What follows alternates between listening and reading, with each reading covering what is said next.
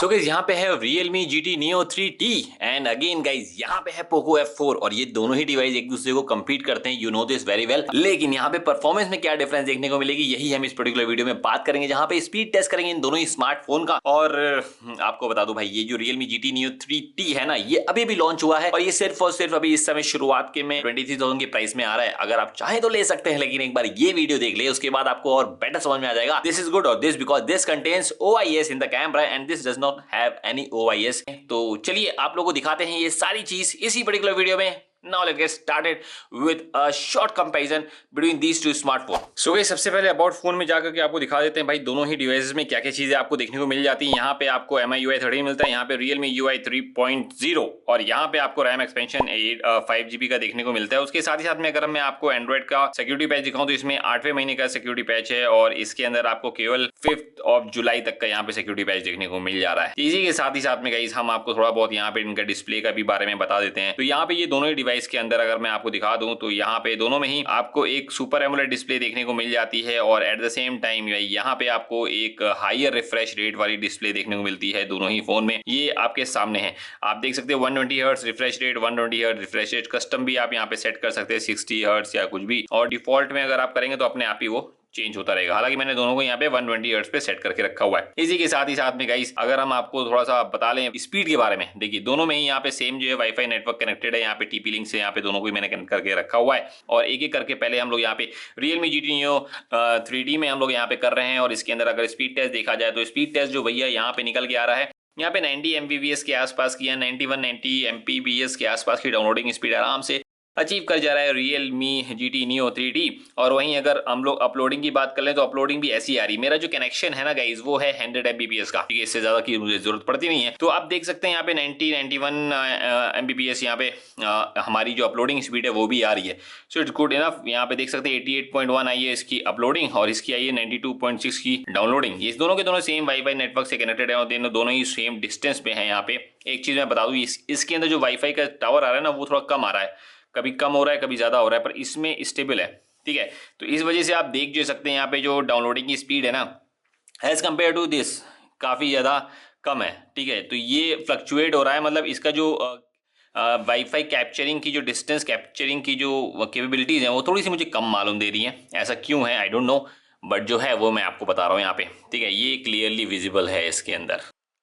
तो ये तो हमारा हो गया भैया स्पीड टेस्ट इन दोनों का ही। इसी के साथ ही साथ में हम लोग यहाँ पे KineMaster वीडियो रेंडरिंग टेस्ट कर लेते हैं, जहाँ पे दोनों में ही यहाँ पे सेम क्वालिटी की वीडियो मैंने पहले से ही डाल के रखी है। और इसको हम करेंगे ऐसे, आजा, हाँ ओके।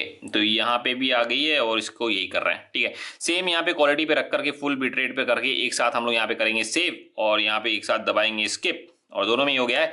और यहाँ पे आप देख सकते हैं कि भाई यहाँ पे Realme थोड़ा सा फास्ट निकल के आ रहा है एज कम्पेयर टू पोको, ठीक है। तो यहाँ पे क्लियरली विजिबल है हमारा Realme GT Neo 3T, ठीक। तो ये आपको इसके अंदर देखने को मिल जाएगा। इसी की जस्ट बाद में गई हम लोग यहाँ पे जरा CPU थ्रॉटलिंग टेस्ट भी कर लेते हैं दोनों ही डिवाइस के अंदर एक साथ। यहाँ पे हम लोग स्टार्ट करते हैं और उसके बाद सीधे आपको दिखाते हैं रिजल्ट। तो गाइस यहाँ पे जो है रिजल्ट आया काफी ज्यादा अमेजिंग आया। ये 86% तक की यहाँ पे परफॉर्मेंस को अचीव कर रहा है। इसमें कोई भी CPU थ्रॉटलिंग नहीं है, लेकिन फिर भी अगर आप देखेंगे ना तो इसके अंदर आपको 182 की एवरेज परफॉर्मेंस देखने को मिलती है और इसमें 2,24,000 की एवरेज परफॉर्मेंस देखने को मिलती है। तो काफी ज्यादा अमेजिंग है ना भाई ये, ठीक है। तो आप देख सकते हैं भाई इसमें थोड़ी सी बेटर परफॉर्मेंस देखने को मिल रही है, बस इसमें थ्रॉटलिंग नहीं है। साथ ही साथ में गाइस अगर हम लोग यहाँ पे एंड्रॉइड बेंचमार्क का स्कोर हम लोग कंपैरिजन कर लें तो आप देख लें साइड बाय साइड यहाँ पे क्या है। और इवन गाइस यहाँ पे रीड एंड राइट की स्पीड भी आप देख लें, यहाँ पे इसमें काफी ज्यादा बेटर है, इसमें काफी ज्यादा कम है। और अगर गीक बेंच के स्कोर की बात कर लूं तो गीक बेंच का जो स्कोर आ रहा है वो आपके सामने ये है। यहाँ पे गीक बेंच में थोड़ा सा पोको बेटर परफॉर्म कर रहा है एज कम्पेयर टू दिस, मतलब सिंगल कोर में तो नहीं लेकिन मल्टीपल कोर में यस। इसी के साथ ही साथ में गाइस अब हम लोग यहाँ पे चलेंगे नेक्स्ट वाले टेस्ट की तरफ।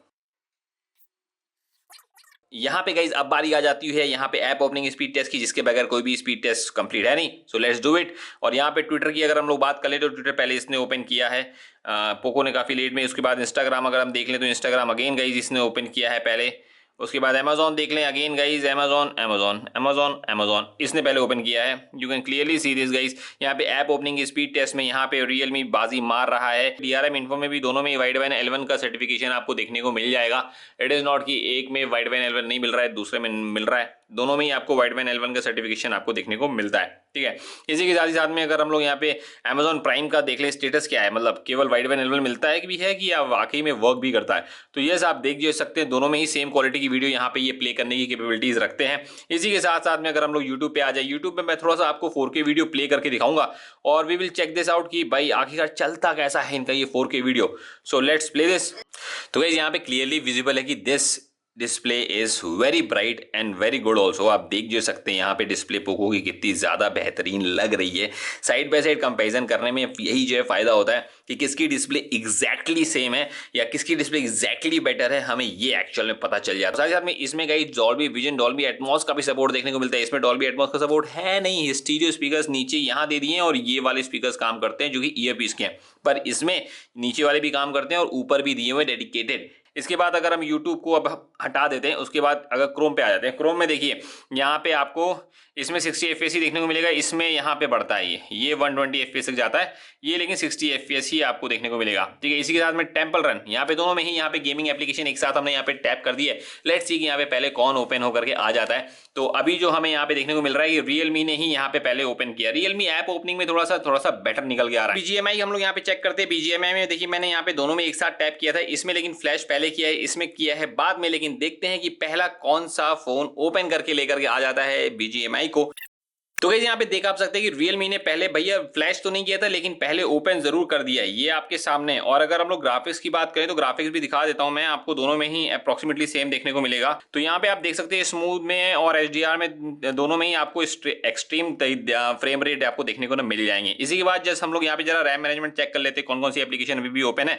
तो यहाँ पे देख सकते हैं इसने कुछ एप्लीकेशन क्लोज कर दे रहा है बार बार। ये ऐसा क्यों कर रहा है आई डोंट नो, लेकिन ये हर बार ही ये ऐसा कर रहा है। इससे पहले भी हमने कई टेस्ट किए, उसमें बार इसमें रैम मैनेजमेंट उतनी ज्यादा अच्छी नहीं निकल के आ रही है और इससे बेटर दूसरे डिवाइसेस ही निकल के आ रहे हैं। तो रैम मैनेजमेंट के मामले में Realme इंप्रूवमेंट की जरूरत है इसमें। तो यही चीज था।